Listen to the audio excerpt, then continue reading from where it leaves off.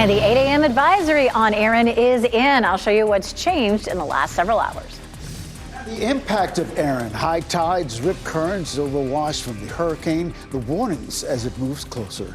And funding struggles as the governor responds to threats on the coast. He is saying that millions of dollars are in limbo for Western North Carolina. We'll explain how this affects recovery efforts. We're starting to see dangerous conditions along the Outer Banks as Hurricane Aaron pushes north parallel to our coast. We're so glad you're with us this morning. I'm Ken Smith. Let's get some aerial video from Rodanthe showing big waves creeping up on homes yesterday. Evacuation orders are in effect for people in Hatteras and Ocracoke Islands. Governor Stein declaring a state of emergency as the area braces for big storm surges and high winds.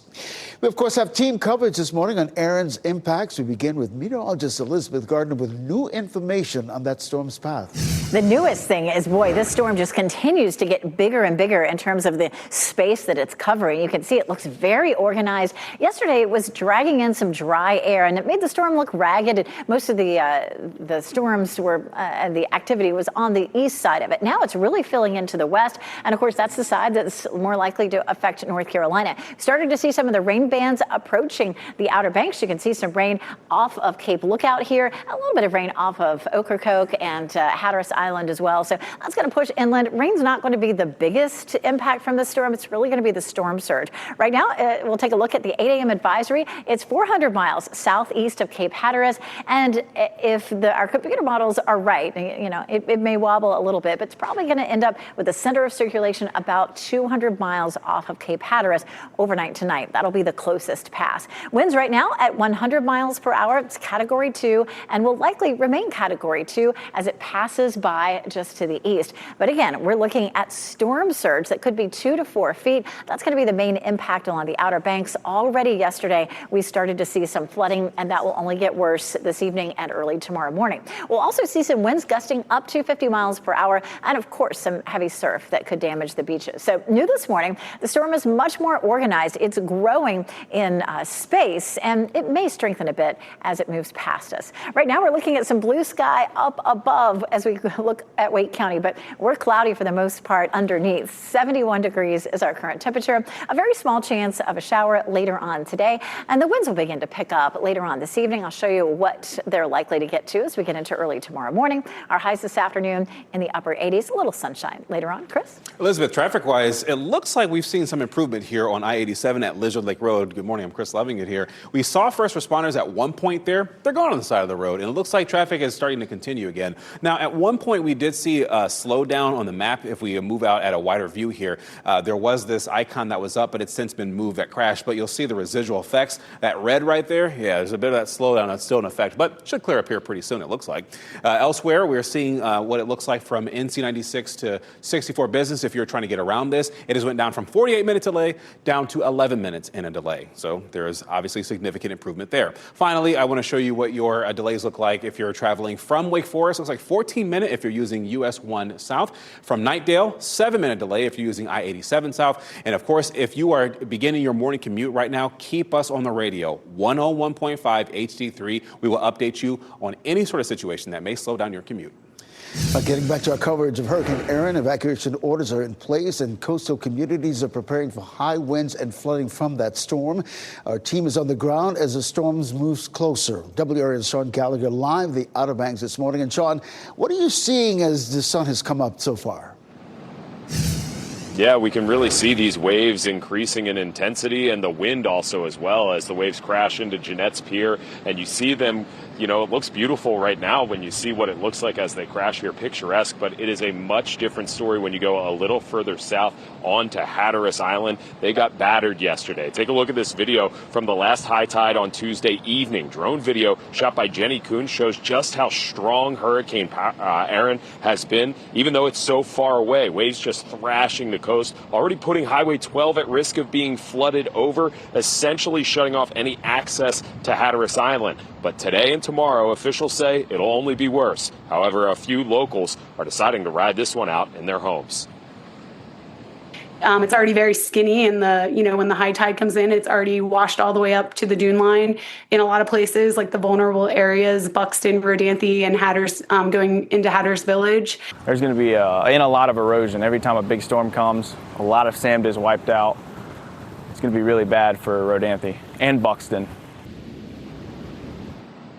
Now, officials say every high tide from here until tomorrow will be worse than the last. They're expecting up to 4 feet of storm surge in those parts of Hatteras Island, so that will likely close off any access in and out on Highway 12. At Jeanette's Pier, Sean Gallagher, WRAL News. And here in the WRAL Live Center, Sean mentioned Highway 12. We are showing you what it looks like right now south of the Oregon Inlet. And right now you can see some pavement there.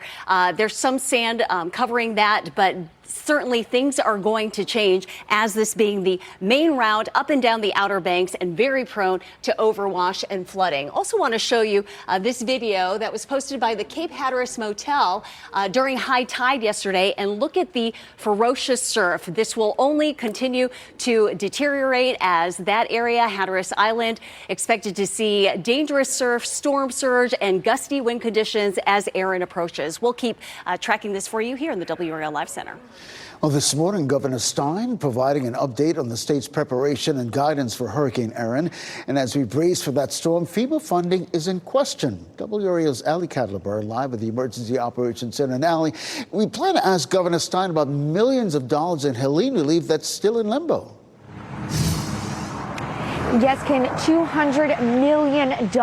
That's how much communities hit by Helene have not yet received in federal funding. And that's what we're going to be asking the governor about in this press conference in about 2 hours. We did speak with Will Ray.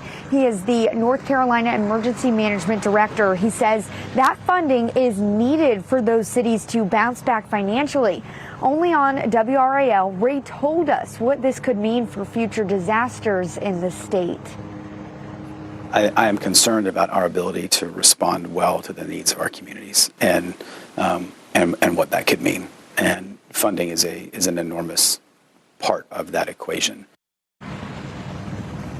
Now, Ray did say the state has funds for emergency response for storms like Erin, but it could need to be reimbursed by the federal government, which is what the state is having trouble with now. We plan to ask the governor about these delays at this press conference today. WRAL is going to stream this press conference live at 10:15 a.m. You can watch it on WRAL News Plus or anywhere you stream WRAL. Reporting in Raleigh, Ali Cadlebar, WRAL News. Of course, count on WRAL for team coverage of Hurricane Erin and its impacts. Our team of meteorologists tracking every movement of this storm. WRAL's Sean Gallagher, Eric Miller, Heidi Kirk, and Liz McLaughlin all at the coast and will bring us live reports throughout the day. Other news this morning, a fundraiser being held tonight in Fuquay River Arena for a woman who lost a leg in a boating crash on Harris Lake. Jennifer Staley was injured in the same crash that killed 10-year-old Brooklyn Carroll this month. Abbey Road Tavern and Grill hosting the fundraiser tonight for Staley. 20% of the proceeds will be given to her family. Now, the owners of the restaurant say the boating crash shook their community. She was 10 years old. A lot of people knew her from her elementary school. And a lot of people around here know Ms. Steele and the Steele family because she was an active person giving back to the youth in our community.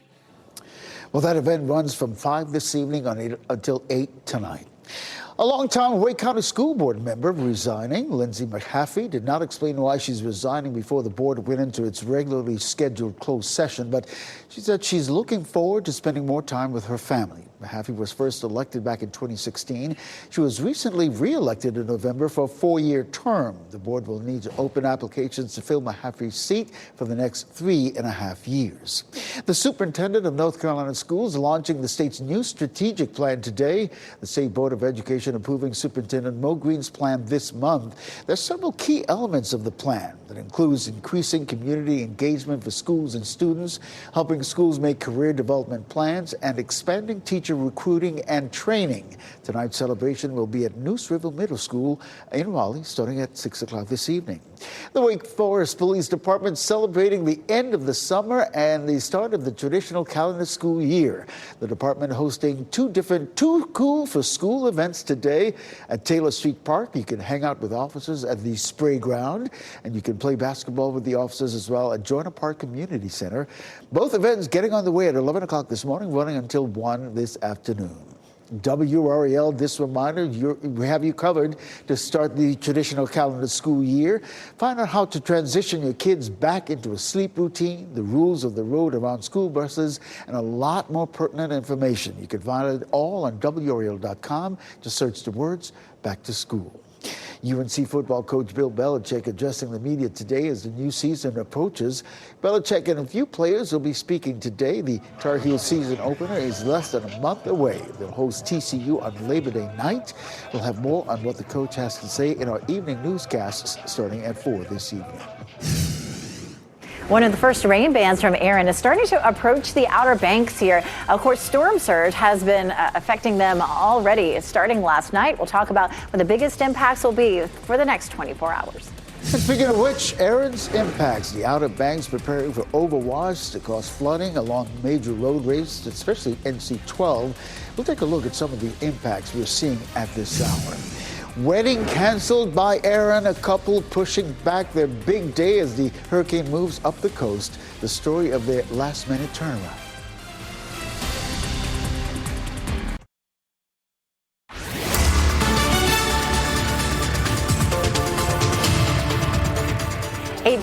We'll start with a live look at Apex this morning where we have cloudy skies. This probably looks familiar. We saw the same thing yesterday. We have a northeasterly wind that helps to develop this sort of pattern where we have some gray skies but very little rain. Our temperatures are comfortable. 71 in Durham and Holly Springs, 68 in Roxborough, 70 in Garner, 71 in Cary and in Rocky Mount. Our potential for rain today is minimal. Put 20% on just to kind of cover the bases. If we see any rain today, it would likely to be in our eastern counties. We are not likely to see any rain bands from Aaron this far inland, but we will start to see the wind picking up today. We'll see winds gusting up to around 15 miles per hour out of the northeast. Overnight tonight into early tomorrow could be 25 to 30 miles per hour. That's not likely to be enough to cause us any real problems. The clouds hang around for a good bit today. We may see a few breaks in the clouds, a little sun later this afternoon with highs in the mid to upper 80s. Elizabeth, I do want to point our viewers' attention to this screen here. Again, I-87 at Lizard Lake Road. And the reason being is because earlier I was telling you about there's that crash that was causing a delay. Things have significantly improved. We know that there are people who are tuned in to 101.5 HD3. So in case you're headed to that area, we are seeing improvements there. The delay significantly reduced, down from 48 minutes down to, I think the last time I checked, it was about 11 minutes. But it seems that things should be, again, at 11 minutes. But we should see things better in just a moment. Elsewhere, delay-wise, we're seeing mostly zeros across the board, though if you're coming from Wake Forest using US 1 South, we do have a delay there of about 13 minutes. Again, keep us on the radio all morning long, 101.5 HD3. We'll keep you updated. And right now we want to give you a live look at Highway 12 on Hatteras Island in Buxton here. The live DOT cameras, and you can see that stretch of pavement. You see a lot of sand there. And later with the high tides and the storm surge and the overwash, this will likely be impassable and conditions definitely don't want to navigate later today there on Hatteras Island. The National Weather Service saying no major changes to the forecast overnight, but coastal impacts will worsen through today, peaking tonight through Wednesday. And then also starting today, this morning, effective at 9 this morning, Currituck County has declared a local state of emergency. It's ordered a mandatory evacuation for the off-road area of Corolla. This is including Corova Beach. This is an area with no paved roads and four-wheel drive vehicles. That evacuation order effective at 9 o'clock this morning. All right, Renee, of course, sticking with Highway 12, officials have been preparing for floodwaters to move in. Crews and heavy machinery were working yesterday to push sand up high onto the dunes. The goal is to reinforce those dunes before the worst effects of that storm hit. The national park's beaches on Hatteras Island are officially closed. A story you'll only see on WRAL. A couple heading back home to Massachusetts after Hurricane Aaron forced them to pause on their wedding plans. WRAL's Kelsey Coffey live now to tell us how their plans are shifting. Kelsey. Yes, Kim, this morning that couple is now heading up the East Coast, making their way back home to Massachusetts, but they had plans to get married on Monday in Ocracoke, but when they received an evacuation alert on Sunday night, they were forced to change their plans. Here's a look at the almost married couple. This is Amber Beninati and Lucas Petruno. They planned a small ceremony for just 6 people, the 2 of them and their 4 daughters in Ocracoke. But they say they were not even able to make it on the island. They turned what was supposed to be their destination wedding into a family vacation. They visited Nag's Head earlier this week, and today they'll be in Washington, D.C. Even though they're disappointed about the change of plans, the blended family is keeping their sense of humor. I was going to be the flower girl. That was going to be exciting for me. And I guess I got another win because now I'm going to be on TV.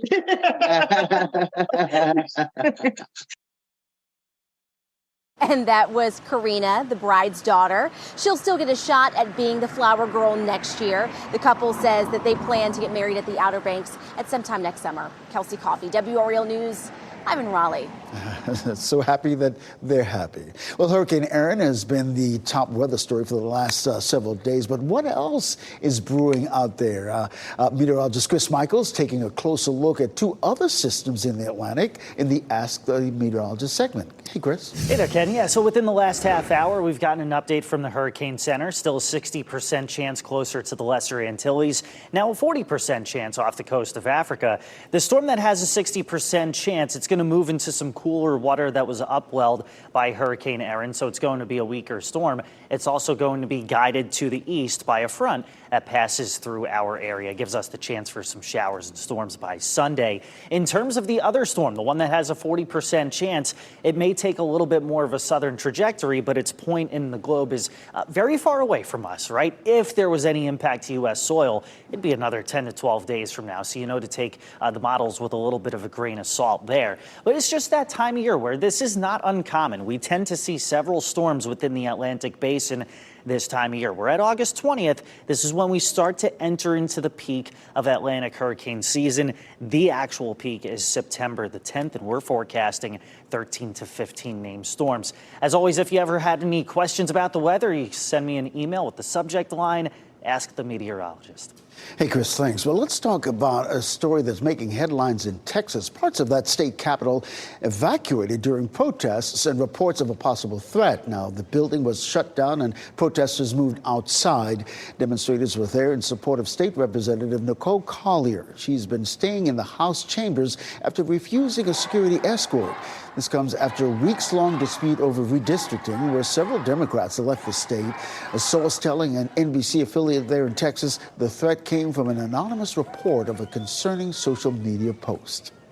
Let's get over to meteorologist Elizabeth Gardner right now with new information about Hurricane Erin and what impacts it could have on our coast. Elizabeth. Definitely looking at rip current danger and overwash, that swell that moves ahead of the storm. Of course, that storm surge is likely to be our biggest threat, especially along the Outer Banks. It's a huge storm right now. I'm going to show you the distance in between from side to side in just a few minutes, but just take a look at it. It's really impressive. It's Category 2 right now, much more symmetrical than it was yesterday. Yesterday, it was dragging some dry air in, making it look a little bit more ragged. So we're starting to see some of the rain bands approaching the coast of North Carolina, especially between Cape Lookout and Cape Hatteras. You can see rain just offshore. Now, we're not likely to see a lot of heavy rain out of this system because it stays offshore. We'll mainly just see the outer rain bands, but storm surge comes ahead of the system and beside it, and that's what's going to cause the main issues that we end up seeing.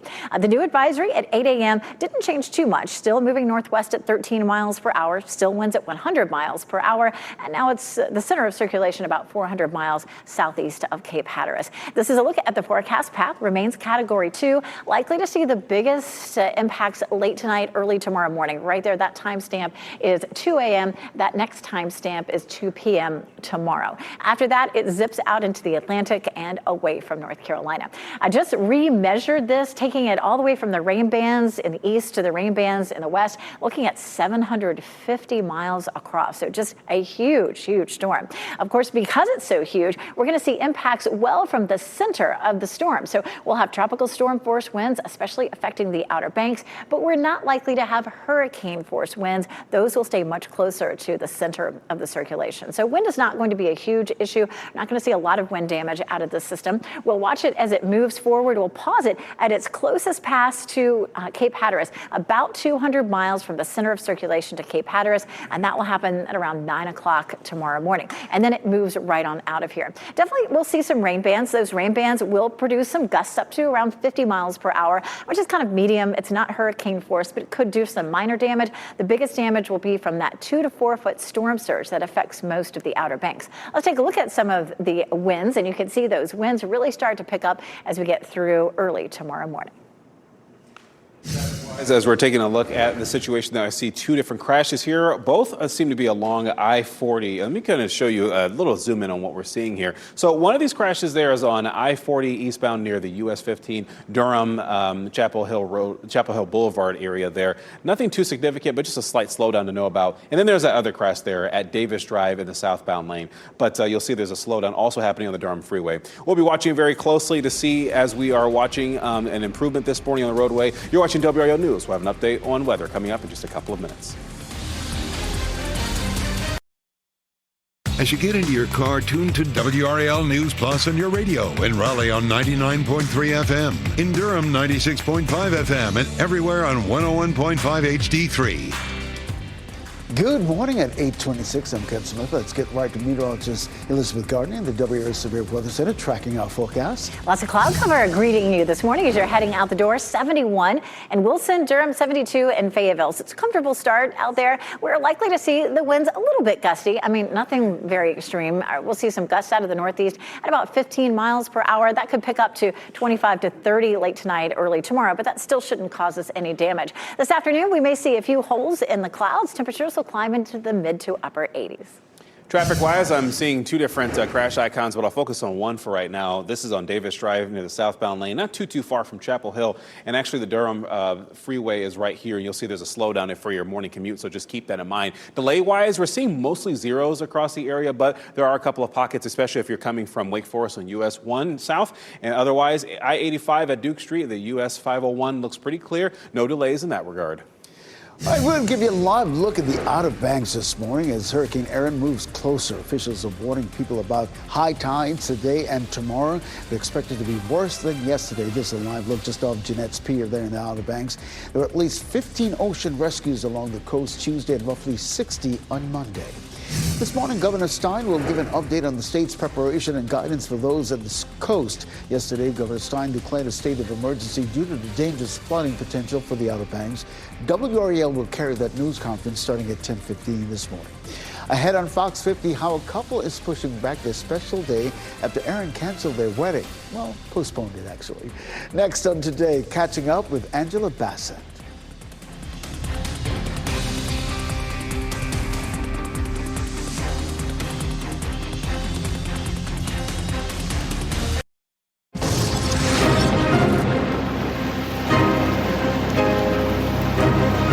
And watching Erin as it continues to push northward. Some of the early rain bands beginning to push onshore. We'll talk about what that means for the Outer Banks.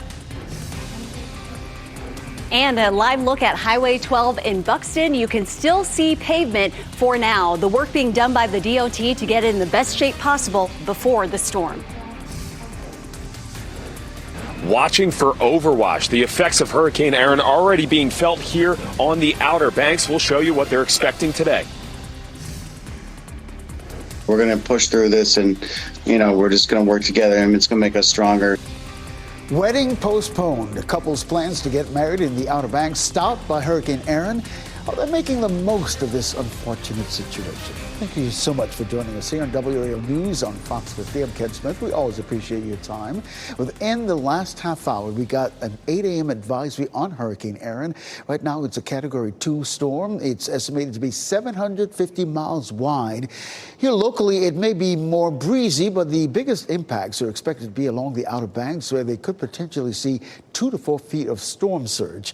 We have crews tracking Erin in the studio and And on the ground, we start with meteorologist Elizabeth Gardner in the WRAL Severe Weather Center. When you take a look at the satellite view of this storm, you can see that it's just massive. And you can also start to see some of those first rain bands beginning to move onshore. Let's take a look at the radar, and you can see that radar from Morehead City starting to pick up some of this rain here.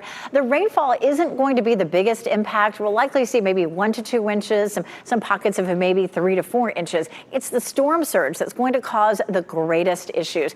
Right now, the center of circulation is about 400 miles southeast of Cape Hatteras. It's moving northwest at 13 miles per hour, winds at 100 miles per hour, and on its continued path, likely to remain a Category 2 storm, which is a very powerful storm. Winds at 110 miles per hour as it passes by North Carolina. Of course, ahead of it, it's pushing up a lot of water, and so we could see 2 to 4 feet of storm surge. We already started to see some storm surge at high tide along the Outer Banks yesterday. That will only get worse later today through about the middle of the day tomorrow. Also, some winds gusting up to around 50 miles per hour, and of course, we'll end up with heavy surf that will tear up the beaches. So new this morning, we're seeing less dry air being pulled into this storm, so it looks a lot more organized. And again, it's really sort of building in the distance that it's covering. And then we're starting to see some of those first rain bands moving onshore. Around here, it's a cloudy sky as you're headed out the door at RDU, 71 degrees with a dew point of 68. Just a minimal chance for rain here today and tomorrow.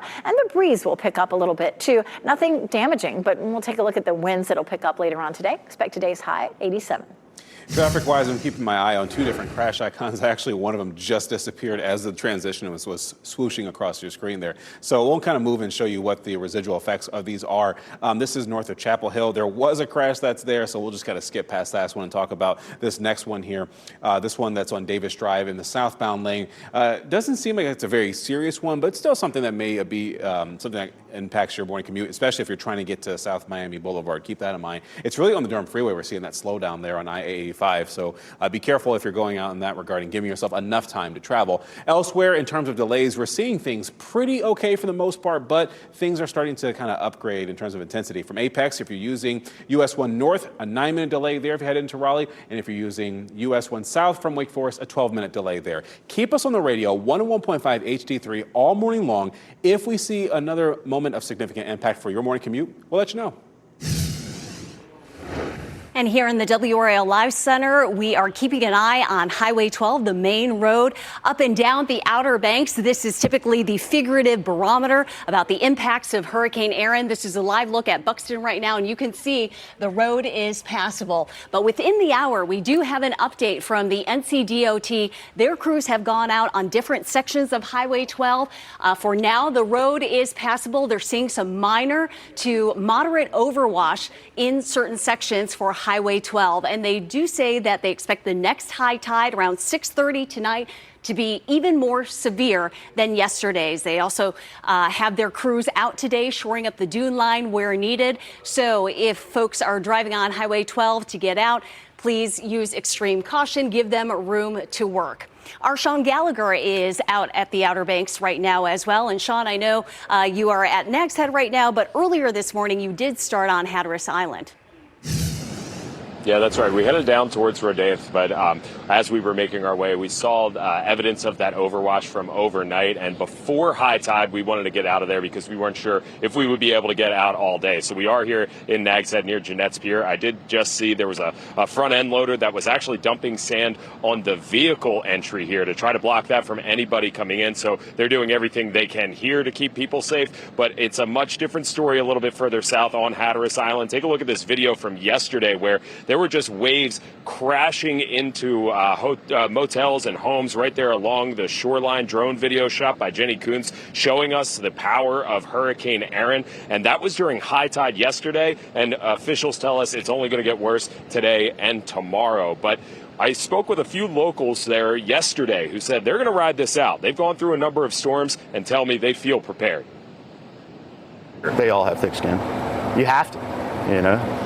To live out in a place like this, like, you know, it's a great place to visit. It's an awesome place to live, but it ain't for everybody, you know.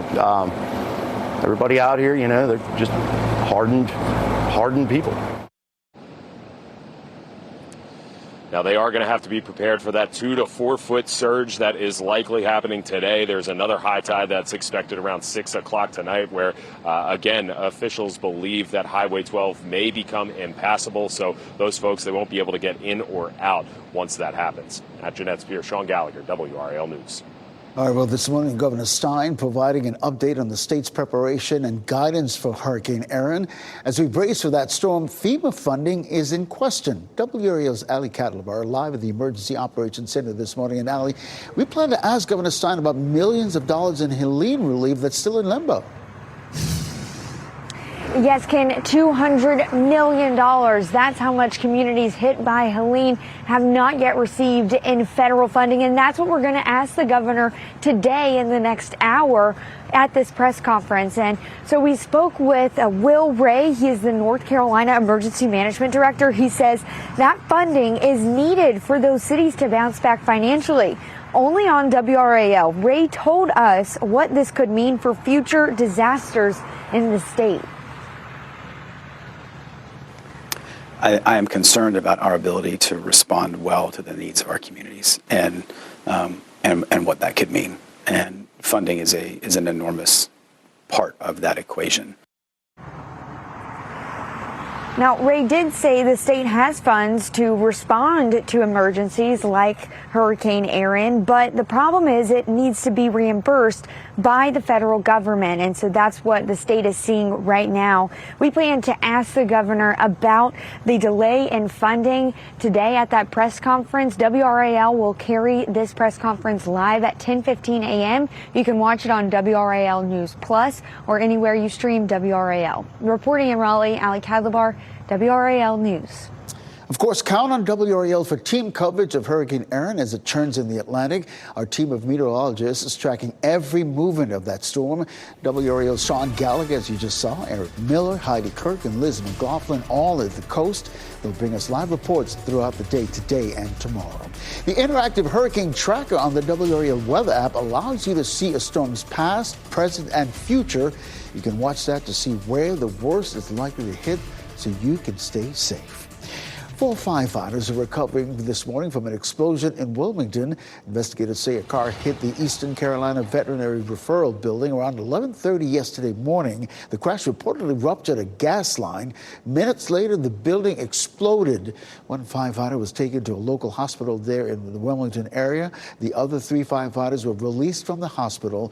The driver who hit the building is facing charges, including DWI. Wake County Schools mourning the death of a teacher, Gina DeBose. She died earlier this week after a battle with ovarian cancer. Her daughter, actress Ariana DeBose, posted these photos to Instagram. In her post, Ariana DeBose calling her mother her favorite person, biggest fan, toughest critic, and best friend. Gina DeBose was a social studies teacher at Wakefield Middle School. She was 57 years old. Well, tonight's Powerball jackpot worth $643 million. It's the biggest jackpot so far this year. The lump sum cash prize payout, $290 million. You can watch the drawing tonight at 11 on WRAL. Bed and breakfasts. That sugary cereal you're eating in the morning may not be the healthiest option. 5 Inside's Keeley Arthur explaining the smarter choices you can make for your morning meal at the grocery store. Also, helping on the coast. 2 local fire departments sending crews to the Outer Banks, the resources they plan on providing after Hurricane Erin passes. I want to give you a live look now at Rodanthe. We're tracking Hurricane Erin. The worst severe impacts are expected to be along our coast in the Outer Banks. Meteorologist Elizabeth Gardner explains why we won't feel much of the effects here in the Triangle and surrounding communities.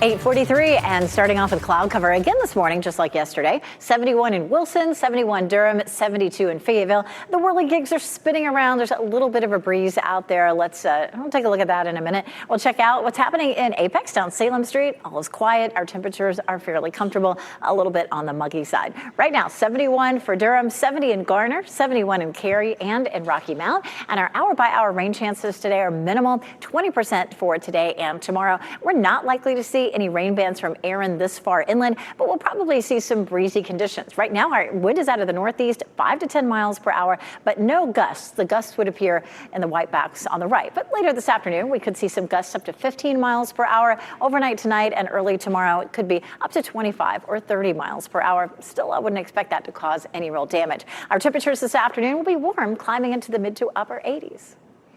Traffic-wise, I'm seeing two things I want you to keep in mind here. There's this crash that's there on I-440 West. There's the shoulder that is blocked right there. This is the westbound lane near Ridge Road, so keep that in mind. But you'll see this red that's here. Some of this, obviously, from your typical morning commute, but that crash is definitely creating a slowdown. Give yourself a little extra time before you leave. I'm just giving you kind of a closer zoom in here so you can see I-440 West where that slowdown is if you're headed into town. Elsewhere, I-85 at Duke Street at US 501 looking pretty clear for the most part. And in terms of delays elsewhere, we're seeing some zeros, but there are still some places where it's going to be, about maybe 12 minutes if you're coming from Wake Forest, US 1 South, and from Apex, US 1 North, about 5 minutes there. 101.5 HD3. Keep us tuned in all morning long. All right, Chris, thanks. Hurricane Aaron causing dangerous rip currents along our coast. This is video of our crews taking of a water rescue yesterday afternoon on Wrightsville Beach. There were 15 water rescues in total yesterday. That's down from 60 to 70 on Monday.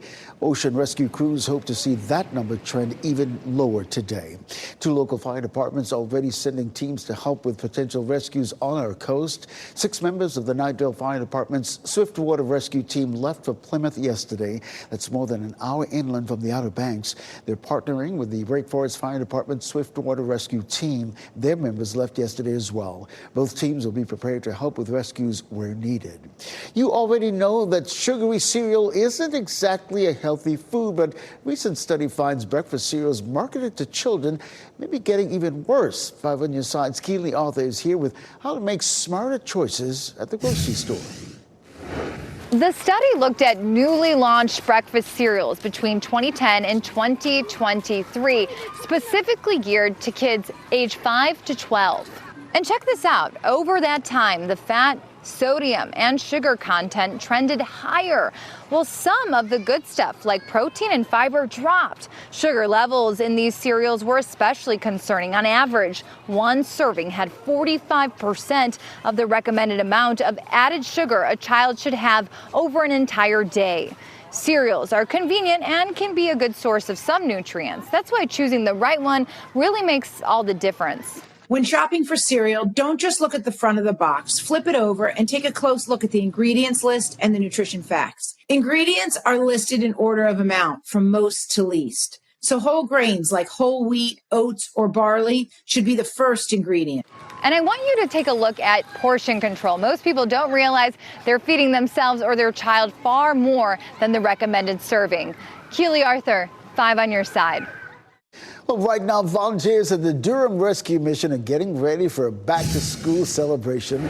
I'm going to give you a look now at preparations underway this morning. They've been at it since overnight, I should say, because I've covered this event in the past. They'll be serving a barbecue meal in addition to all the fun for kids. Every child will get a free backpack full of school supplies. It gets started at noon at the Rescue Mission on East Main Street in Durham. Well, Hurricane Aaron is forcing people to change their plans. That includes this couple right here and their 4 children who are heading back to home to Massachusetts after the storm forced them to postpone their wedding. WRAL's Kelsey Coffey now joining us with their story you'll only see on WRAL. And Kelsey, they're trying to look on the bright side, right? Yes, Ken, this couple is keeping a great attitude, and this morning they are on their way back up the East Coast to head home to Massachusetts.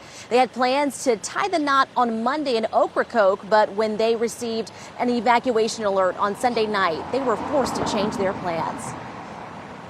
Here's a look at the almost married couple. This is Amber Beninati and Lucas Petruno. They planned a small ceremony for just 6 people, the 2 of them and their 4 daughters in Ocracoke. But they say they were not even able to make it on the island. They turned what was supposed to be their destination wedding into a family vacation. They visited Nags Head earlier this week, and today they'll be in Washington, D.C. For us, we've been labeling it like perseverance. We're going to get married still. We're going to push through this, and, we're just going to work together, and it's going to make us stronger. They're definitely learning a lesson about marriage very early on. You've got to roll with the punches. Now, the couple says they do have plans to get married next year in the Outer Banks. Kelsey Coffey, WRAL News. I'm in Raleigh. I'll be sure to keep track of that next year. A sneak peek at Colin Farrell's latest film, and a Wicked star gets a prestigious honor. Here's David Daniel with today's Hollywood Minute.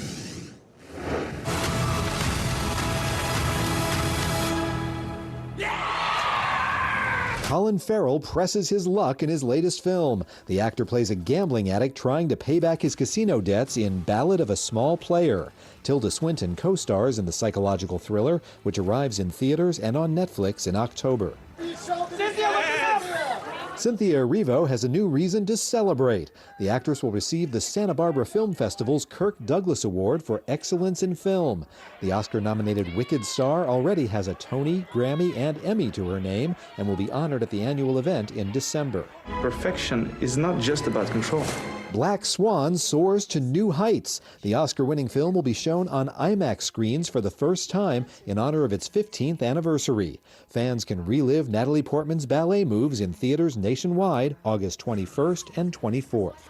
In Hollywood, I'm David Daniel. I want to get right back to meteorologist Elizabeth Gardner right now in the WRAL Severe Weather Center tracking the latest effects of Erin. Yesterday, we already started to see some overwash on Highway 12 and some flooding around the Outer Banks. The reason for that is as the storm moves northward, it pushes water ahead of it. And so at high tide yesterday, we began to see some of that flooding. We're starting to see some of the rain bands moving on shore at this point, or at least close to shore. You can see some of that rain over here, especially close to Cape Lookout. We've seen some rain move on shore. We haven't seen it around Ocracoke or over here at Hatteras yet. That said, rainfall is not going to be the biggest issue. It's going to be that storm surge that causes the flooding that does most of the damage with this system. Right now, the center of circulation is 400 miles southeast of Cape Hatteras. It's moving northwest at 13 miles per hour with 100 mile per hour winds, which makes it a Category 2 storm. It'll make its closest path to North Carolina late tonight, early tomorrow. This is 2 a.m. That's going to be 2 p.m. tomorrow, and you can see it passes by and then zips out very quickly into the Atlantic. The biggest impact that we're going to see along our coastline will be the Outer Banks. You know, topographically, they stick out into the ocean, and of course they're so small and fragile that they tend to see the biggest impacts. Our southern beaches kind of tucked away back here, definitely seeing high rip current danger. They've been pulling a lot of people out of the surf, and I think they've closed most of these beaches. Also, some erosion is likely, but along the Outer Banks, we could see 2 to 4 feet of storm surge, and that will inundate a lot of these very small islands. 40 to 50 mile per hour wind gusts, which shouldn't do a lot, but could do some minor wind damage. And then, of course, heavy surf, which will really tear up the beaches. Here, we're looking at a start with some cloud cover, 71 degrees, a live look at RDU there. Our wind speeds right now out of the northeast steady at about 5 to 10 miles per hour. No gusts yet. Gusts would show up there in the white box. But overnight tonight and tomorrow, we could see some winds gusting about 15 to 25 in our western counties and maybe 25 to 30 in our eastern counties. That's not likely to be enough to cause any real problems, but you just may notice that it feels a little breezy overnight. A cold front will start to drop in on us, but end up fizzling out. And of course, we're not likely to see a lot of rain bands from Erin. So we're going to be sort of in between those two systems without a lot of rain the next couple of days. We'll see 87 today and 88 tomorrow. After that, we may see a nice drop in our humidity, and it'll feel pretty pleasant heading into the weekend. Ken? Excellent, Elizabeth, thanks. Before we head to break, here's a look at your winning lottery numbers, and we'll get another check of weather and traffic coming up next.